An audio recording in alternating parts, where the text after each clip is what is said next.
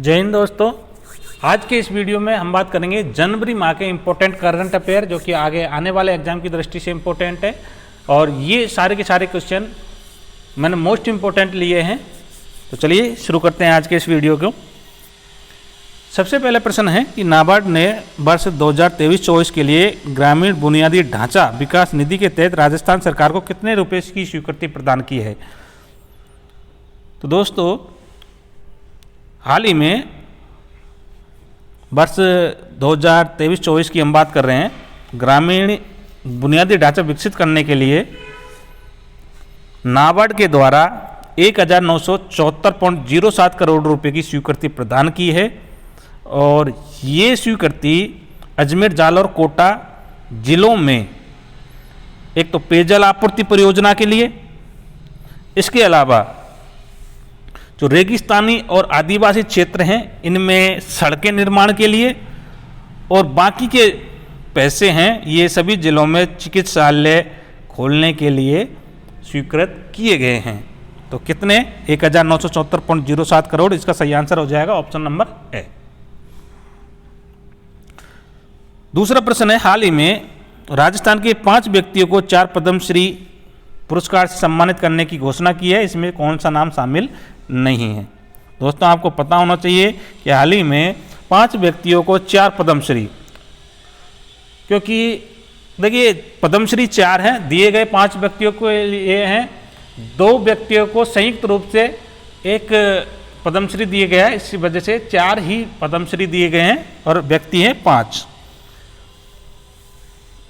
तो इससे पहले मैं बताना चाहूँगा 5 व्यक्तियों के नाम, जिसमें संयुक्त रूप से दिए गए हैं 2 लोक कलाकारों को, जिनमें नाम आता है अली मोहम्मद और गनी मोहम्मद, दोनों बीकानेर के हैं। संयुक्त रूप से इनको पुरस्कार दिया जा रहा है और ये दोनों लोग गनी ब्रदर्स के नाम से जाने जाते हैं।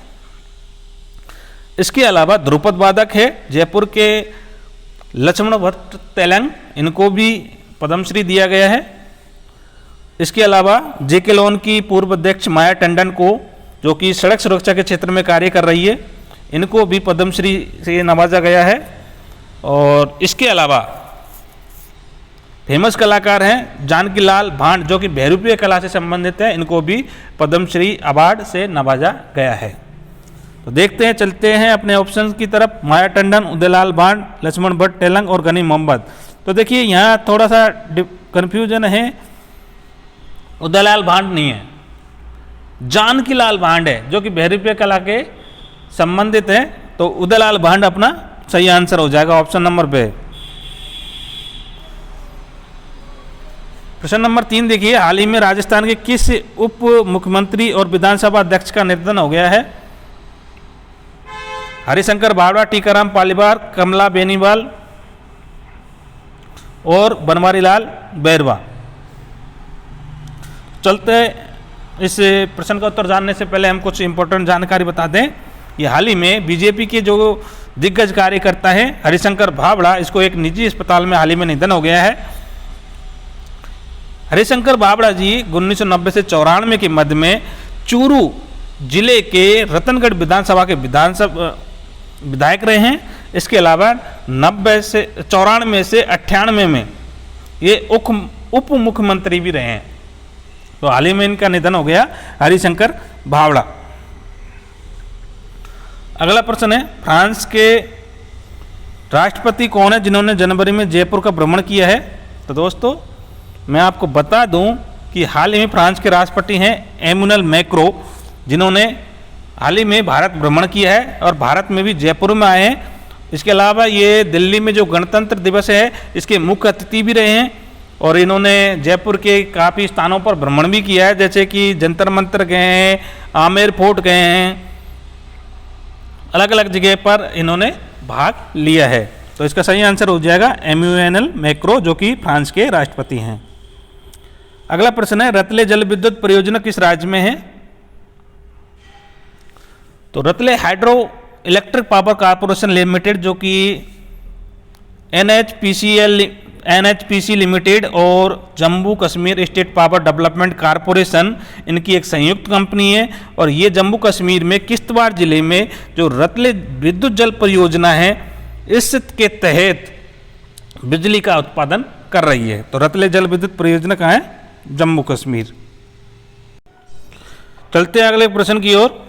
अगला प्रश्न कह रहा है कि जनवरी 2024 में आर्द्र भूमि पर रामसर कंजर्वेशन के अंतर्गत वेटलैंड सिटी प्रमाणित के लिए भारत में 3 नामांकन प्रस्तुत किए हैं, जिसमें राजस्थान के किस शहर में प्रस्ताव शामिल है?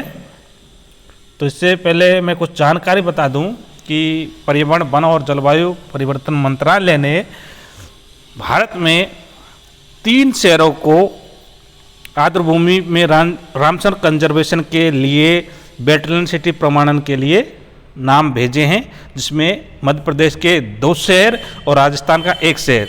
मध्य प्रदेश के 2 शहर कौन कौन से हैं? एक है इंदौर और दूसरा है भोपाल। इसके अलावा राजस्थान का एकमात्र शहर उदयपुर। इन तीनों को वेटलैंड सिटी प्रमाणन के लिए भेजा गया है। तो राजस्थान का कौन सा शहर है? उदयपुर। ऑप्शन नंबर द सही आंसर हो जाएगा।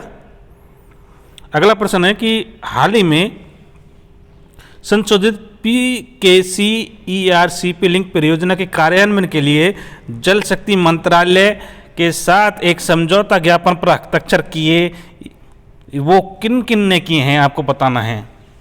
तो हाल ही में राजस्थान और मध्य प्रदेश ने संशोधित पार्वती, काली सिंध, चंबल पूर्वी नहर परियोजना के लिए समझौता ज्ञापन पर हस्ताक्षर किए हैं। किन किन ने? राजस्थान और मध्य प्रदेश ने। तो राजस्थान और मध्य प्रदेश ए, बी और ब दोनों सही हैं, यानी कि ऑप्शन नंबर द 1 और 2 दोनों। अगला प्रश्न है सदातंसिक संयुक्त सैन्य अभियान राजस्थान में भारत और किस देश के मध्य शुरू हो रहा है? दोस्तों ये युद्ध अभ्यास है जो काफ़ी इम्पोर्टेंट है और अधिकतर ये पूछे गए हैं। कोई न 1-2 प्रश्न तो इससे बनते ही बनते हैं, इसलिए संयुक्त युद्ध अभ्यास वाले प्रश्नों को छोड़ना नहीं है बिल्कुल भी। बस इनके नाम किस किस देश के बीच में हो रहा है और कहाँ हो रहा है। तो हाल ही में राजस्थान में बहुत ज़्यादा संयुक्त सैन्य अभियान हो रहे हैं। तो सदातंसिक सैन्य अभियान है, ये भारत और सऊदी अरब की संयुक्त सैन्य अभियान है और ये बीकानेर जिले में हो रहे हैं। 10 फरवरी 2024 से लेकर 29 जनवरी से 10 फरवरी के बीच में हो रहा है, जिसमें सऊदी अरब की राउल साउदी लैंड फोर्सेस और भारत के सेना टुकड़ी, जिसका जो नेतृत्व है ब्रिगेड ऑफ द गार्ड्स, इनके 45 जवान इस संयुक्त सैन्य अभ्यास में भाग ले रहे हैं। तो ध्यान रखना सदातंसिक किन की है? भारत और सऊदी अरब की। तो ऑप्शन नंबर से अपना सही आंसर हो जाएगा। चलते हैं अगले प्रश्न की ओर। उस पेमेंट्स बैंक का नाम बताइए जिसने हाल ही में ग्रामीण राजस्थान के वित्तीय प्रदेश को बदलने के लिए हिंदुस्तान जिंक लिमिटेड (ZL) के साथ एक समझौता ज्ञापन पर हस्ताक्षर किए हैं। तो इसका सही आंसर हो जाएगा इंडिया पोस्ट पेमेंट बैंक। इन्होंने हाल ही में साइन किए हैं HGL के साथ में। अगला प्रश्न है इंटरनेशनल कैमल फेस्टिवल, बहुत इजी सा क्वेश्चन है। अंतर्राष्ट्रीय ऊंट महोत्सव, तो ये कहाँ है? बीकानेर में। ऊंट की जब भी बात आती है बीकानेर ध्यान रखना है। एक और प्रश्न है डेजर्ट महोत्सव, ये भी एग्जाम में काफ़ी बार पूछा गया है। डेजर्ट महोत्सव कहाँ है? जैसलमेर में, ये भी आपको ध्यान में रखना है। अगला प्रश्न है पर्यावरण, वन और जलवायु परिवर्तन मंत्रालय, इसके द्वारा रामसर कंजर्वेशन के लिए वेटलैंड सिटी प्रत्ययन योजना के लिए किस शहर को नामांकित किया है? तो अभी हमने बात की थी कि 3 नाम भारत के द्वारा भेजे गए हैं, जिसमें 2 मध्य प्रदेश के हैं और 1 राजस्थान का है। मध्य प्रदेश के इंदौर और भोपाल और राजस्थान का उदयपुर। तो यहाँ पे तीनों ही नाम आ रहे हैं, यानी कि 1, 2 और 3 ऑप्शन नंबर द सही आंसर हो जाएगा। अगला प्रश्न, घुड़सवारी खेल के लिए अर्जुन पुरस्कार पाने वाली पहली भारतीय महिला। दोस्तों बहुत मोस्ट इंपोर्टेंट प्रश्न है और 100% 101% इसके आने की संभावना है। काफी फेमस है। आंसर है दिव्य कीर्ति सिंह, जो कि नागौर जिले के रहने वाली है और ये पहली महिला घुड़सवार है जिन्होंने अर्जुन अवार्ड प्राप्त किया है। अगला प्रश्न है हाल ही में किस शहर में पुलिस महानिरीक्षकों और पुलिस महानिदेशक और पुलिस महानिरीक्षकों का 58वां सम्मेलन हुआ है? तो इसमें कई प्रश्न बनने की संभावना है। एक तो कौन सा सम्मेलन है 58वां, कहाँ हुआ है? जयपुर में कौन सी जगह हुआ है? और जयपुर में ये हुआ है राजस्थान इंटरनेशनल सेंटर जयपुर में। किन किन के मध्य हुआ है? कौन कौन शामिल है इसमें? एक तो जयपुर पुलिस महानिदेशक यानी कि डीजीपी और आईजीपी, ये दोनों की बैठकें हुई हैं, इनका सम्मेलन हुआ है जयपुर में। तो जयपुर और कौन सी जगह पूछे तो राजस्थान इंटरनेशनल सेंटर जयपुर, जिसमें 500 से अधिक पुलिस अधिकारी भाग ले रहे हैं। अगला प्रश्न, राजस्थान सरकार के राज्य की चिरंजीवी योजना को किस केंद्रीय योजना के साथ विलय की मंजूरी दे दी गई है?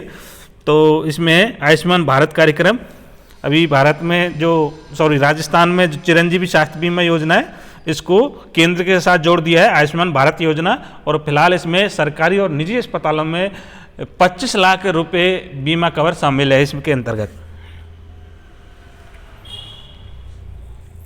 अगला प्रश्न है, हाल ही में राजस्थान सरकार के 5 आर्द्र भूमियों को रामसर स्थलों में विकसित करने के लिए केंद्रीय परिवहन मंत्रालय के को प्रस्ताव भेजा है, इसमें कौन सा प्रस्ताव शामिल नहीं है? तो ये भी एक अच्छा प्रश्न है।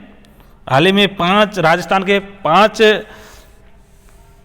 स्थलों को रामसर साइट में विकसित करने के लिए प्रस्ताव भेजा है, और ये 5 नाम आपको ध्यान में रखना है। पहला, जोधपुर का खींचन पक्षी अभ्यारण्य, इसके अलावा जयपुर का चंदलाई तालाब, कोटा का कनवास पक्षी विहार, बीकानेर का लूण करसर और उदयपुर की मीनार झील। ये 5 स्थल हैं जिनको रामसर साइट में विकसित करने के लिए प्रस्ताव भेजा गया है।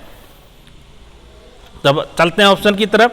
देखो, जोधपुर का खींचन है, चूरू का नहीं है, ताल छापर नहीं है, कोटा का कनवास और बीकानेर का लूण करसर। तो ऑप्शन नंबर अपना सही हो जाएगा, ऑप्शन नंबर बे, क्योंकि ये चूरू का ताल छापर नहीं है। जोधपुर का खींचन हो गया, कोटा का कनवास, बीकानेर का लूण करसर, इसके अलावा जयपुर का चंदलाई हो गया और उदयपुर की मीनार झील हो गई।